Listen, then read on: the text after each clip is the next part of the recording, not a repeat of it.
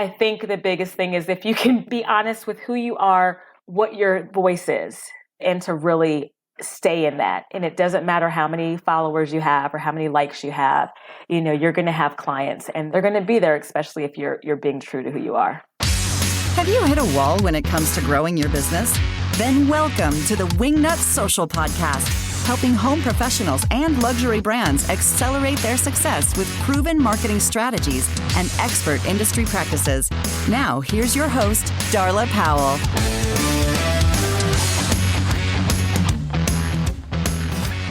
This podcast is brought to you by Wingnut Social, a digital marketing agency amplifying luxury brands across the U.S. and Canada.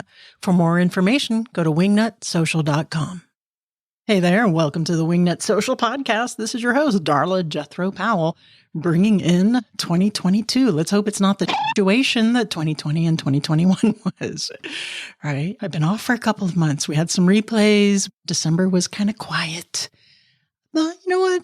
Let's all bring the room down a little bit. Self-care. Self-care is really important. I just needed a break, needed a month off. I hope you guys are okay with that. But here we are, ringing in the new year, fast and furious. And today's guest does not disappoint. Today we're talking to Andrea Hysmith of A.S.H Interiors and Design. And oh my gosh, she's so bubbly. She's so fabulous. She's so gorgeous and so smart. And she's going to walk us through a little bit of her expertise and what it is that makes A.S.H tick, the expertise that she brings to the table. We're going to talk a little bit about her antique niche, her aging in place certification. This was really surprising too. She's actually a vendor rep for vendors, but how it informs her design choices and helps her work with clients and be that designer that at the end of the day makes that serviceable, workable, functional, beautiful space for clients. She's just so smart and so fabulous. And I loved hearing about the things that make her and her business tick. And I know that you're going to love her as well. But first, y'all know what time it is. It's time for mini news sesh. Yeah. All right. This week, we welcome back Abigail Weidman to the mini news sesh. Abigail is a social media manager at Wingnut Social. Super, super, super awesome. Abby, how are you? How's your new year so far? It is going good. How is yours? It's going better, and God can only hope that it's not a 2020 or a 2021 situation. We're just going to whisper and put that out into the ether.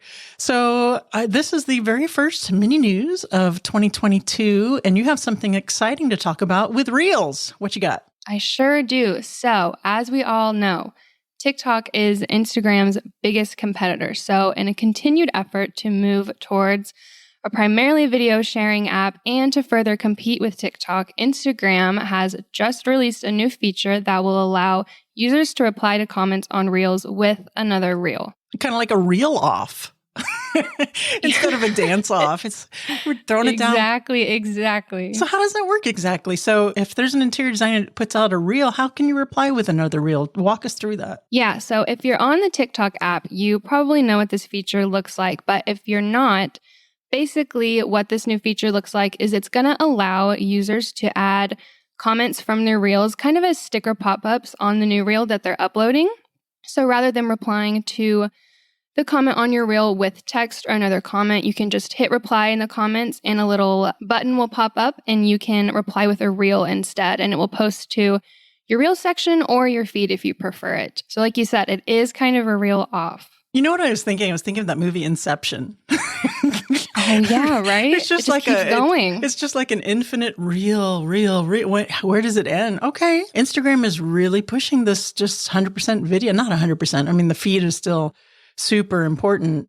How are you finding that the clients are responding with the video direction? I see a lot of great stories from our clients, a lot of great IG videos. What's your take on it? How are we doing with that? We have some pushback from our clients, but a lot of the response is, you know what, if I have to, I will, because our clients are so awesome. And, we just want the best for them. So with a little pushback and a little bit of persistence, they get that video content out there. So, we'll just have to see how this one plays out. It is very Inception-like. Yeah, very Inception. Okay, right. So that's a good way for you to get some traction on your reels, to put it out there and reply with your own. and just see how that works, just so you guys know that. And if you want the steps, or if you want the little play-by-play on that, just go to wingnutsocial.com/podcast, hit up the show notes in there for this mini news sesh for this episode, and you can see the step-by-step there. All right, Abby, thank you for joining us on this mini news session. Happy 2022 to you. Right back at you. Thanks, Darla. Mini news sesh. Yeah. All right, thank you, Abby. So let me tell you a little bit about today's guest, Andrea Hysmith. Andrea Hysmith is an interior specialist, kitchen and bath designer, manufacturer representative, speaker, and presenter, and has been sharing her knowledge of luxury design and products in the design industry for over 20 years. Oh my gosh, she does not look until she's gorgeous and doesn't look like she's been in this business for 20 years. Her industry experience includes kitchen, bath, and interior design, focusing on residential and light commercial spaces. Andrea recently opened her design studio and office space in historic Ellicott City, becoming the first woman of color to open a brick and mortar design space in this area. Wingnuts, help me in welcoming Andrea Hysmith to the Wingnut Social podcast. Hey there, Andrea Hysmith. Welcome to the podcast. How the hell are you? I'm good, Darla. How are you? I'm thrilled now that I get to talk to you because you're super fabulous and amazing, and I can't wait to dig in and talk about how you have taken A.S.H. I guess we're saying A.S.H, right? Not Ash? That is right. You know what? No one ever asked that. You're right. A.S.H. Because it's all caps. See, I have half a brain. Exactly. To the success that you have. So we're gonna dig in, talk about your business practices, maybe some mistakes you made along the way. You have some certain specific things under your belt that I really caught my interest that I want to ask you about as it relates to your business and your marketing. So are we ready to go? Are you game? I am. I'm excited. So thank you for inviting me. This is awesome. My pleasure. So first off, tell me just a little bit about yourself, where you're located, and then we'll start. Awesome. So yes, my name is Andrea, and we are in Ellicott City, Maryland. Most people have no idea where that is. It's a suburb of Baltimore. So right off of kind of 95 corridor, right outside of Baltimore. And it's this adorable little sleepy town that has had so much chaos. If you watch Gordon Ramsay, he had that special called like To Hell and Back. And Ellicott City was featured because we had 2 1,000-year floods in 2 years. Wow. Okay. So the town is basically built on the Patapsco River, and the river runs under the town. And long story long, it floods terribly. And we had 2 years back to back where it destroyed the town. Completely shut down businesses. There are still multiple businesses that didn't return. So I've always loved the area. I've always loved main streets. And when I had the opportunity to open up a physical space, I really wanted to support the rebuild of that community. So I'm on the board. We are fighting, trying to get everything kind of the watershed reworked. But, when people love historic areas, they often don't want to kind of do the changes necessary to make it safer. But we're like, if we get another 1,000-year flood, it's going to be a wrap. So no, if you're walking around and you run into a guy named Noah, it might be time to just kind of check out. Absolutely. And I hear some construction going on behind you. Is that them rebuilding now? Or? Exactly. Oh my God. I deal with this. It's like, no, and this is actually at my house. So it's just like awesome. I wake up to it. Even I'm like, no contractor I know works ever on the weekend. The people here, they work Saturday and Sunday. They don't care. At 6 a.m., right? Exactly. We're neighbors. I live in Maryland now. I live in another sleepy little town called Leonardtown. It's about, about 90 minutes south, east of you? Right you're off of 4 or 5? Hell if I know. Oh my God, we have to meet for coffee. I was just in Alexandria yesterday. You're not far. Not far at all. Alexandria is super nice. I went there right before they got hit with those tornadoes and everything. With my fiance and I went there and just shopping. We're like, oh my gosh, that was a near miss. All right, so we digress. I feel like I could talk to you for hours, but first of all, congrats on your brick and mortar there that you have going on in Ellicott, and I'm glad that it's not it didn't get washed away. But also, as of note, you're the first Black-owned brick and mortar business in that area. Is that correct? That is correct. Now we have two. Paving the We're way. paving the way. No, it's really exciting. I had this dream. I mean, literally, I remember actually being in Baltimore and my daughter was like 2 years old and I was talking to my first husband and I was like, one day I'm going to have a little boutique. And he was like, that's the dumbest idea I've ever heard. That's one of the reasons why he's not a husband anymore. But I just kind of like hushed it for a while. And then I kept kind of every few years just having that little moment like, God, I could do this or I could have that. And then I would just kind of quiet it down. And then I finally said, you know what, 2020, that's going to be perfect timing. Like, this is it. New decade. Yes. What could go wrong? What could go wrong? And I signed a lease and then this foolishness that we call COVID happened. And I'm sitting there going, okay, so nobody's going to want to leave their house. Nobody's going to come into my studio. I just basically paid for a big office. So do you have a showroom with product and all that good stuff there? No. Okay. So, when COVID happened, I totally was like, okay, I got to revamp this. So basically it became kind of like my office. We do have products, but it's more like, okay, we'll have one-on-one personalized appointments. So that's how I started to market it. And then, of course, now in 2021, the idea is that if my products ever come from France, I went to France in June. I have some items on the containers that are, stuck. Hopefully they're not the ones that tipped over and sank. Who knows, right? So one day, if the products ever come, my goal is that we're going to actually use the studio as almost a little boutique experience for antique and vintage products. And my goal is to actually kind of remix them. So, find some beautiful pieces and then modernize them by changing fabrics and just try to find a way to curate products that are here because obviously, I ordered a sofa for a client and it's going to take, they told me anywhere between 20 and 40 weeks. Mm. So or years, 20 or 40 years. Exactly. Yeah. So, the goal is to try to take advantage of this studio space. And I mean, it's literally like 2,000 square feet. So ooh, that's a good size. Right. So we can do something. I just delivered a sofa. Well, we're recording this in December for the new year for 2022, which hopefully won't be the same show as the last 2 years. I just delivered a sofa in October of 21 for a client who ordered it in December of 20. So I feel your pain. Right. But you mentioning the antiques part. Okay, this was another thing that I wanted to talk to you about. I know in the green room, I touched on some things. Your Instagram handle is A.S.H Antiques and Design, right? Yeah. Okay, so the antiques is before design. I grew up, my mom had antique stores. I grew up with antiques. I find this really fascinating. And I see this, I'm not going to say it's a trend because they're antiques, they're timeless.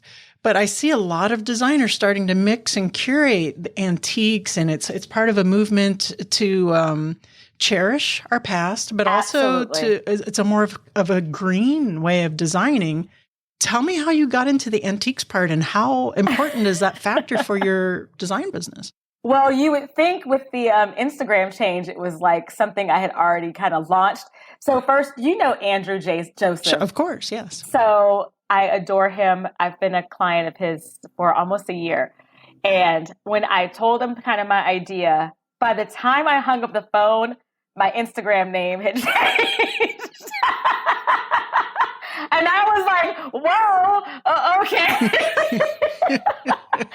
So, okay. Who knows? There might be another change. We never know. But I met Tama Clark Haynes, who is amazing.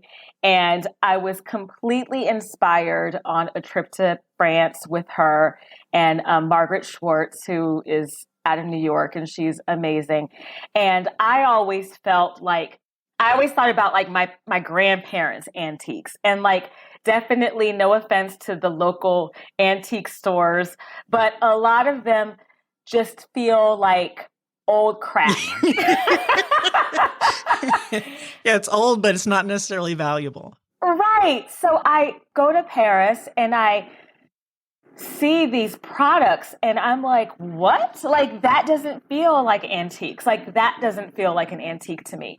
And I was so inspired, and especially just like you said, green, and the items already exist. And so my goal is, especially into the new year, that's a part of the business plan, is to incorporate beautiful, curated, interesting pieces. Now, I don't like all antiques. I'm definitely not, but there are definitely certain things that I'm so inspired by. And that's what I want to bring into the studio, and definitely have this curated space of products that we love. Because I truly believe, I mean, I've been in sales, and when you love something, you can sell something. Yeah, that's 100%. I come from a sales background as well, and I could not sell anything if I didn't personally believe in it, because you can see it all over your face. So, and also, I don't imagine we're going to see any like wagon wheels in any of your designs. No, although I have been told I need to go to Round Top. So in Texas, and I'm like, I'm not trying to find all the stuff that Joanna Gaines left. Because that's it. Get all that reclaimed shiplap. Exactly. So how is this affecting, well, I guess Andrew Joseph, and you must have something up your sleeve if he's changing your Instagram name that quickly. How is this informing your messaging for your marketing for clients with the antiques? Is that something that you guys have sat down and said, okay, this is my positioning. I am working with antiques. I'm knowledgeable with antiques, and I know how to incorporate into design or source them. Tell me a little bit about that. The big thing is definitely not all clients are going to be that client, but I do think that it is going to be the way I envision incorporating this into our business is that, we have this beautiful studio, and to be able to, again, incorporate products that we love. And I'm going to have also different vendors that are more modern, and I really want to kind of mix and match, but definitely incorporate that into our projects moving forward, and then be a resource for other designers. Because as we spoke in the green room, I represent luxury products. And so I speak to other designers. I work with other designers on sourcing kitchen and bath specific products. So I just feel like this will be an extension, especially for ones that do, specification work for like commercial projects and hotels and things like that. So that's how we see it. How did you get your education as far as your eye for antiques, or to know what's what? Because you definitely know what's the difference between good and crap, right? Exactly. So it's definitely slow. I mean, that's one of the reasons that we went to France, and I'm definitely working with Tama and with Margaret in New York. So the biggest thing is, really just obviously knowledgeable research, really trying to understand the products and knowing just kind of by nature, like what you like, what you don't like. What you're drawn to. I definitely like more of the pieces that don't trend super heavy, that not a lot of ornateness. I definitely like more streamlined products. So there's a nice transition, even if you're going to incorporate them with, modern pieces. So even though it's antiques, you're still curating them to fit with your aesthetic for your design style. Very, very, very, very cool. I do love it. I do see how I learned about antiques was, like I said, my mom had the antique store, and she used to drag me to all the thrift shops and drag me to the flea markets. Oh, well, then we need to definitely connect, because I've been told there are some down where you live, actually. Yeah, some. I haven't really gotten out and looked at everything around. I've really been kind of a homebody this year. It's just been kind of an adjustment for me moving, but I wonder why. From Miami to Maryland, divorced. Yeah, it's been quite we were talking again in the green room, a situation, I like to call it. But that is super, super cool. And are you working on the messaging for marketing yourself as that designer who has that expertise in the antiques yet, or is that in the works, or how? It's in the works. We're definitely working with Andrew and his team to just make sure everything is, ready. The biggest delay has been, like everything in our industry right now are the products, because, even as Andrew said, it's like the moment we start putting it out there, people are going to be like, oh, where can I go and see it? It's like, well, the stuff's not here yet. Well, the good thing about antiques is that they're in stock. Exactly. Oh my gosh. And that is the hope. The hope is that, I thought the products would be here. I went to France in June.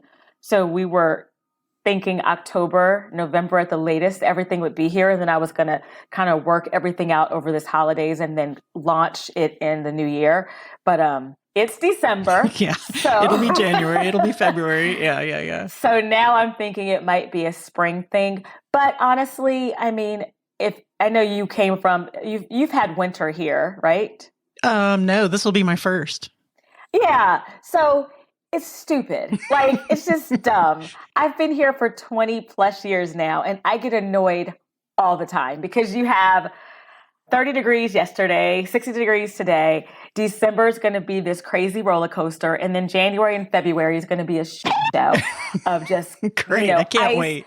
It's awesome, right? So I'm like, you know what? Nobody's going to want to come to Main Street in January. And so I think maybe the spring timing will be perfect. But yeah, we're definitely working on that. And I'm excited. That sounds like a really good plan. And I love it. I love that for you. I love that for you. Thank you. Well, we have a year and a half left. I can't even believe it. It's a year and a half left of the lease. I'm going to do the opposite, I think, that you did. I feel like when my daughter turns 18, I feel like I'm going to go to Miami and be in the warm weather. That's what I'm telling myself. There you go. That's right goals now. For sure. Andrea, something else that stood out to me too when I was, going and creeping you on your website and everything is I noticed that something that stands out prominently is that you're certified aging in place. What do you call that? You have a certification, and what is that even called? What do you say to clients? So it's a CAPS certification, and it's so funny. I never say certified aging in place to my clients. Now, I say it when I'm working with developers. I say it when I'm working with builders.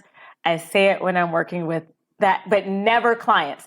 The reason I got certified in it was, so I've been a designer in Maryland since 1999. And my longest standing client has been my client for 17 years. Okay. So she was in her 40s 17 years ago, right?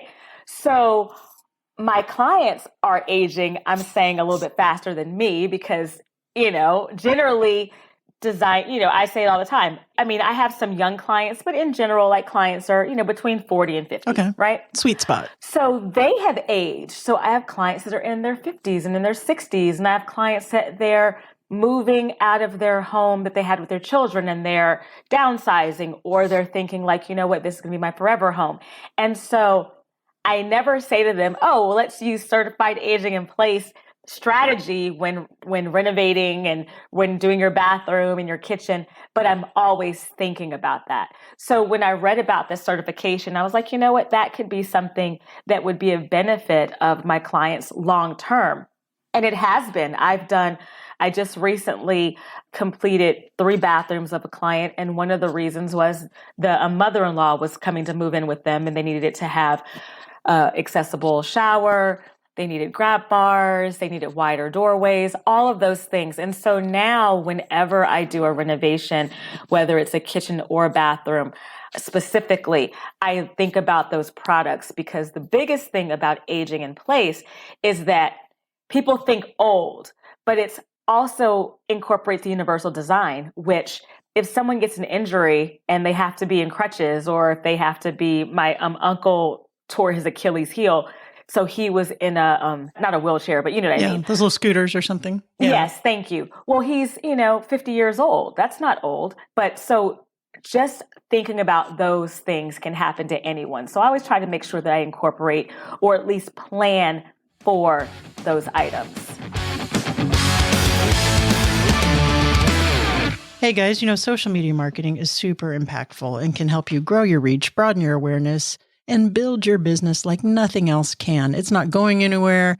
It's a necessary evil. I know a lot of interior designers hate it, but guess what? That's why we're here to do it for you, to take it all off your plate. Here at Wingnut Social, you never have to look at your social media again if you don't want to. There are 3 different ways to work with us. We have good, better, best solopreneurs all the way to multi-million-dollar design build firms who are working with us at Wingnut Social. And you can go check out their progress and success that they've had working with us at wingnutsocial.com. At the top there, you'll see the case studies. Just drop it down and you'll have a myriad of success stories to look at. We do have openings again. We filled up our fall waiting list, but now we have openings because we have expanded our team. So head on over to wingnutsocial.com or give us a call at 786-206-4331. Again, that's wingnutsocial.com. That's what a designer's supposed to do, right? And I right. There's not just making things pretty; it's making things functional and making people's lives better in a really actionable way when people are living their lives. And I love that you link that with having repeat clients for years and years and years and years. Because I hear that. I have clients coming to Wingnut and they get referrals, and they have clients that have been with them for forever. And that's actually a really smart way to keep working with those clients, especially. And I like how it segued from antiques to antique people. No, you're so right. And it's funny because the one thing I have always been, and it's just kind of like my natural personality, is I'm a planner. So I always, even when I was not a designer independently, and I knew kind of like, you know what, this is what I want to do. And I remember I started working at Ferguson in 1999 as a kitchen designer for them. And I remember thinking like, I need to know more about this in order to one day be my own boss. Right. And I remember when I quit my job, one of many back in the day, everyone was like, well, why are you quitting your job? They're like, you're doing great. And I'm like, yeah, I know, but I don't want to work here forever.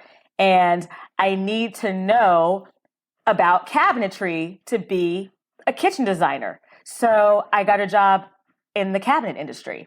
I always did that. And then after I had a few years doing cabinetry, I was like, okay, I know cabinets, I know plumbing, I know paint, I know tile. Now I need to work with a builder so that I can know the construction side. So I was always just kind of being proactive in my thought process. And that's basically how the CAP situation happened, because one of my clients needed a bathroom that was ADA accessible. And I was like, I need to know that.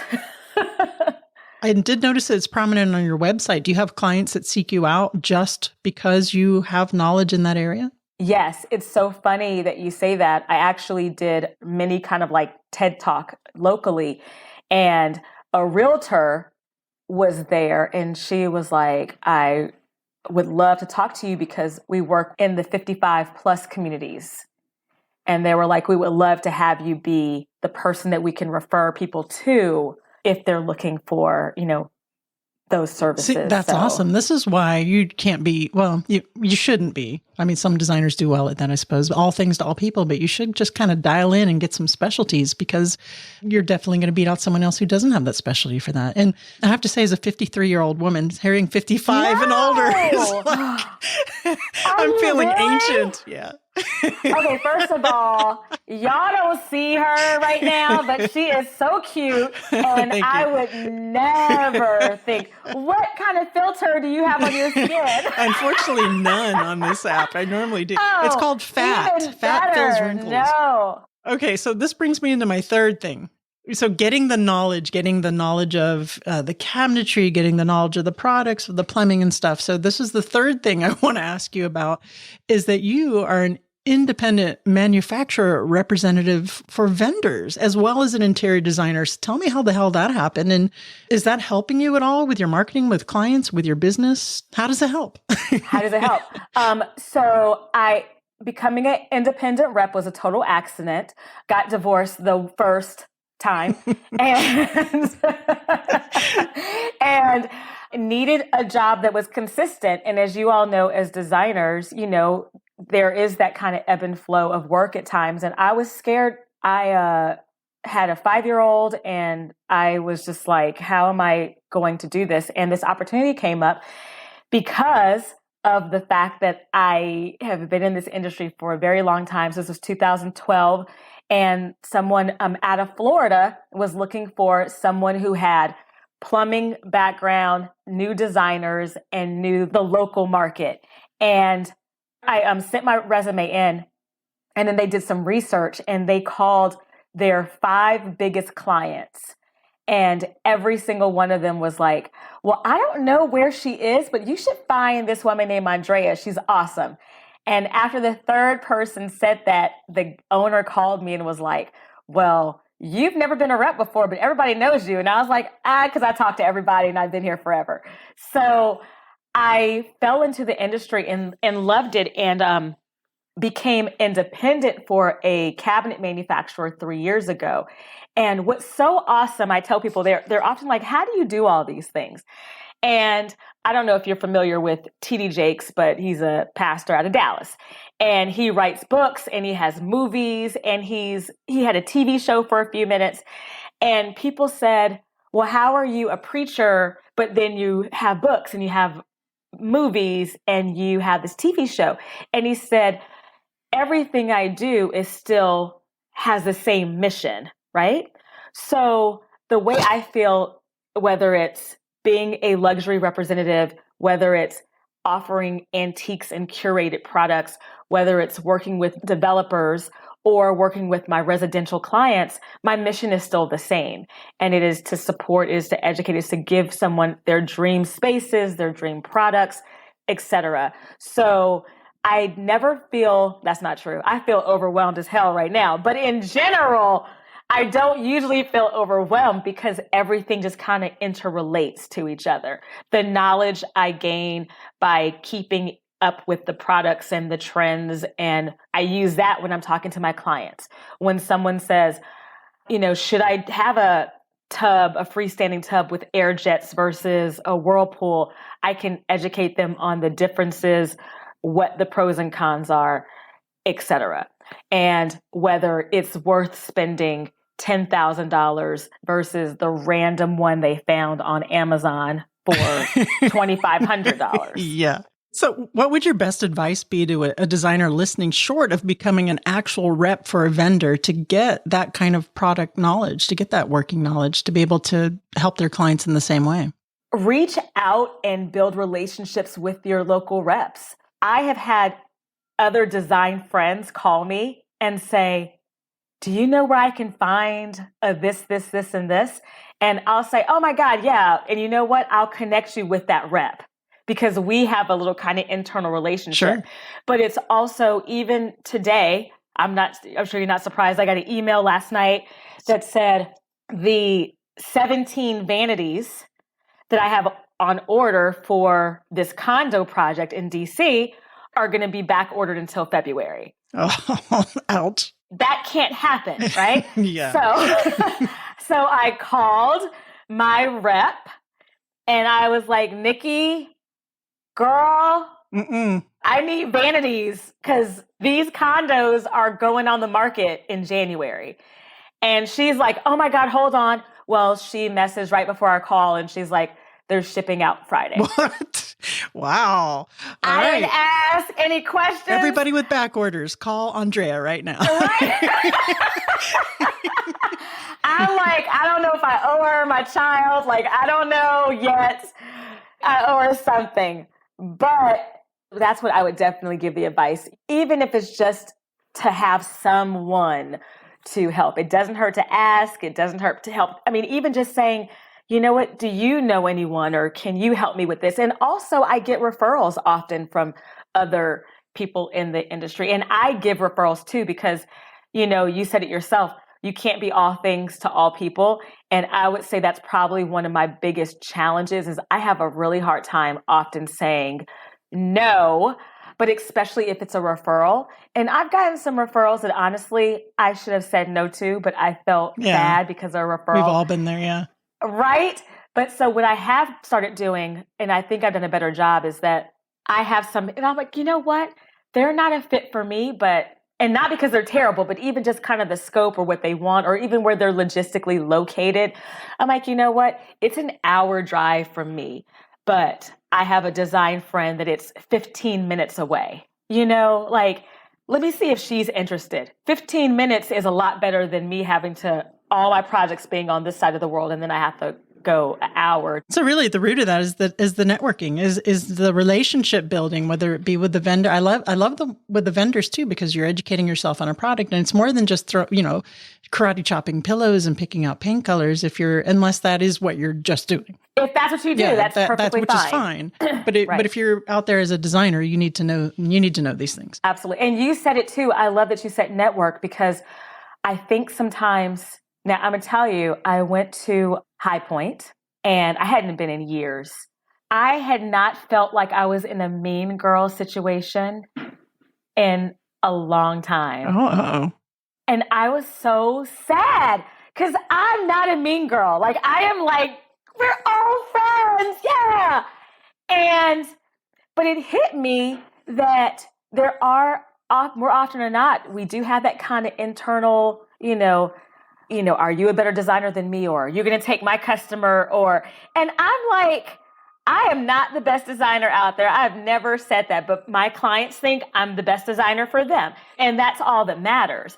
But I feel more often than not that when we should be supporting and lifting each other and doing that network, that sometimes we let, I think, social media, I think the magazines, all that stuff kind of get in the way, and it kind of stinks. We lose our way a little bit sometimes. I've been to High Point a few times. I've spoken at High Point. I didn't go last year because of the whole COVID situation. And I haven't had that experience personally, but I could see where that experience could happen. Let's just say that. Right. How's that for riding the fence? That's a nice way, right? I was shocked. I was like, yeah, I've always had really positive experiences there, and I'm sorry you got a bad batch. Time. Yeah, and I was shocked. Well, okay. Well, if I go back to my first time at High Point, I knew nothing. I knew nobody, and I was really invisible. I had that going on. No one paid attention to me at all. I was just learning the lay of the land. I guess I could kind of see where you're coming from, but that sucks. Go again, and then you and I'll hook up, and then we'll just be hugs, and we'll just tell all the bougie people to step off. That's right. We're not worried about them. Exactly. Andrea, is there any bit of advice that you would give someone just getting into the interior design business or starting something on their own, or maybe a mistake that you've made you can have them avoid before we get into the What Up Wingnut round? I would say the biggest thing is just be true to yourself. I know that sounds so cliche, but when I started, there was no Google, there was no HGTV, there was no Instagram. So you built these relationships with your clients, you figured out what they wanted, and you were able to create. And I think now more often than not, we're looking at the gram, we're looking at these videos, our clients are sending us pictures saying, I want this. And it starts to, sometimes I know even I have projects where I'm just like, this is so not what I wanted to do.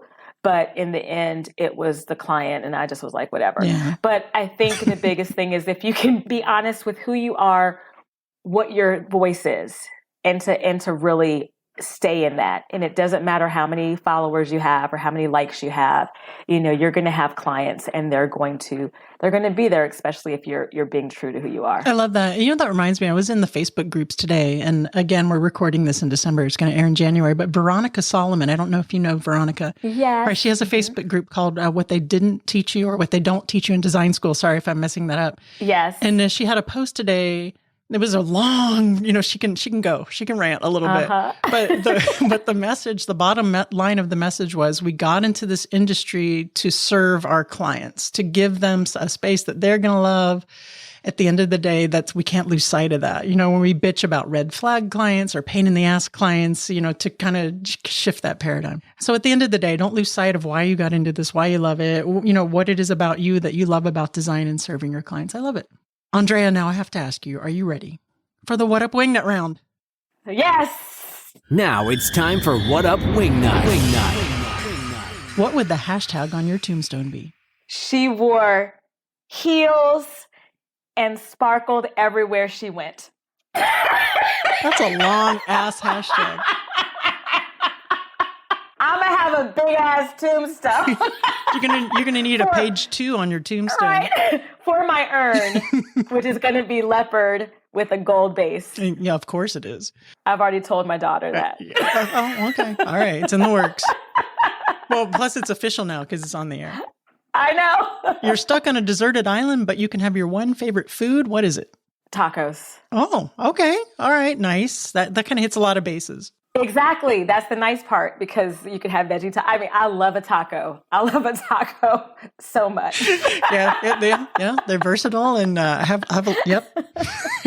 Last but not least, please recommend a book that has had an impact on you either personally or professionally. Okay, this is going to sound cliche again, but Wild by Cheryl Strayed. Oh, okay. That's a first, actually. No, doesn't. It's personal, but it's also business.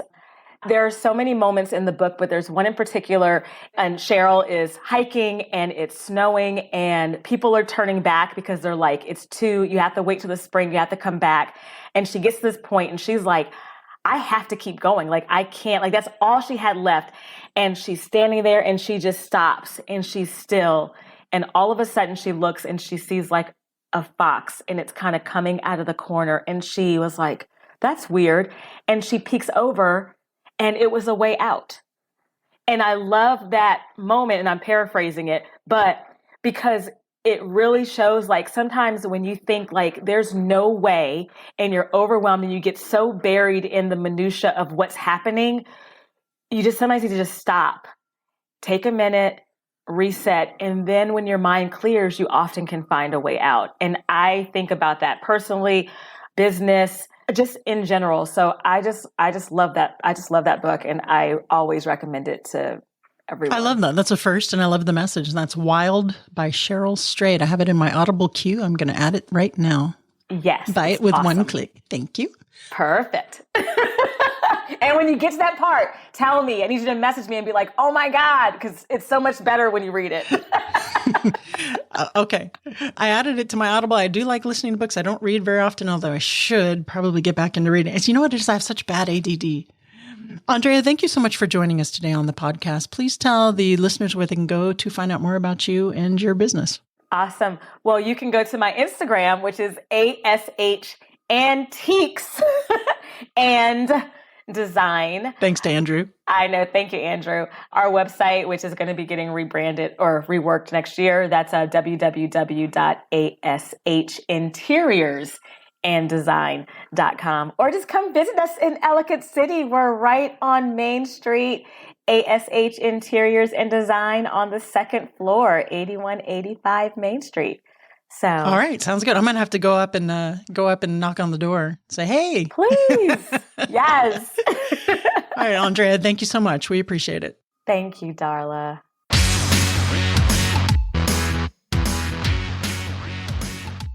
Did you enjoy that conversation with Andrea? I sure did. I'm telling you what, I could talk to her all day, and I'm gonna go up to Ellicott and have a cocktail. We both talked in the green room after our interview there about how we love to eat in our divorces. And maybe or maybe not getting Uber Eats to deliver Ben & Jerry's. I'm not going to say who said that, but it wasn't me. Oh, whoops, sorry. Sorry, Andrea. Although I'm guilty, I have done that myself. Yeah, well, listen, when you're in your pajamas and you don't want to put on a bra, sometimes it's worth the money. So Andrea, right, she has a lot of knowledge. You notice that she put out, first and foremost, in all aspects of what we talked about, from the antiques to the aging in place, to being a vendor rep for the interior design industry for vendors, the knowledge, right? Having that working knowledge of what it is that she's putting out there, what it is that she's selling, whether it's the design service, where it's putting the antiques in there. She's going to France to research antiques. That's education right there. That's ongoing education. She's getting actual certifications in her field. She's actually going and learning the materials that she's putting in people's homes. She's not blowing smoke up anyone's butt about this tub or that tub. She knows what she's talking about. And that, at the end of the day, is serving her clients and getting those referrals that are lasting, or clients that are sticking with her for 17 years, long enough to where she has to get aging in place to keep serving her clients. Right. So that says a lot. And we did this show with not a real focus per se on any one of those aspects. I just really wanted to dig in I did this interview not with any particular focus on any one of those things because I really just wanted to dig in and see what it was that made Andrea tick, what it is that she used for her business and her success story, because everybody's different. What works for Andrea might not work for you, but you might have heard her say something in this interview that sparks, I like it. That's a really good idea. Or aging in place. I want a client in 17 years worth of clients or 20 years worth of clients. That's really pretty smart. So with the different guests that we bring on, you're going to hear something that's going to resonate, that's going to spur you to take action in that regard, that's going to make you think differently, that's going to open up your eyes. And that's the objective of the show, right? Is to bring people from different walks of life who've been successful and show you the path that they've taken to get there. So there you have it. All right. So thank you again, Andrea. You're amazing. I love it. I can tell we're going to be besties already. All right. So Wingnut Social is a social media marketing agency for the interior design industry. We specialize in digital marketing, from social media to search engine optimization for your website to optimized blogs, because that's important. You can't just write a blog and throw it up there, although, that could be fun, but you have to optimize it for the Googles, for the search engine optimization. And that is a little bit of a talent. You need long tail keywords in there. You got to have your right headers. It's kind of a pain in the butt. You guys don't want to deal with that, right? You want to delegate that to a social media marketing company, and that is what we do. So head on over to wingnutsocial.com. You can check out what we're all about. Look at our case studies there at the navigation, at the header, and click on the Contact Us, set up an appointment, and then we can tell you how we can help you out with any of those. So head on over to wingnutsocial.com. Check us out. Check out our case studies. Look at our awesome sauce reviews. And set up an appointment. Chat with yours truly, and we'll tell you how we can help you out with your digital marketing for your interior design firm. All right, that's it for this week. We'll see you next week. Thank you so much for listening. Remember to get out there, get uncomfortable, and be great. You've reached the end of this episode of Wingnut Social, but that's only the first step into accelerating your business the Wingnut way. Head on over to wingnutsocial.com to see how we can help you take your business from social mediocre to social media master.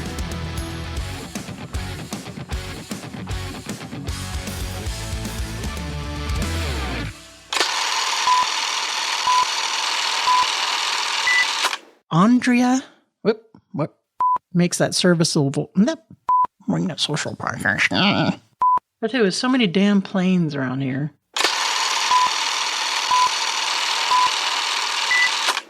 Good boy, Mango.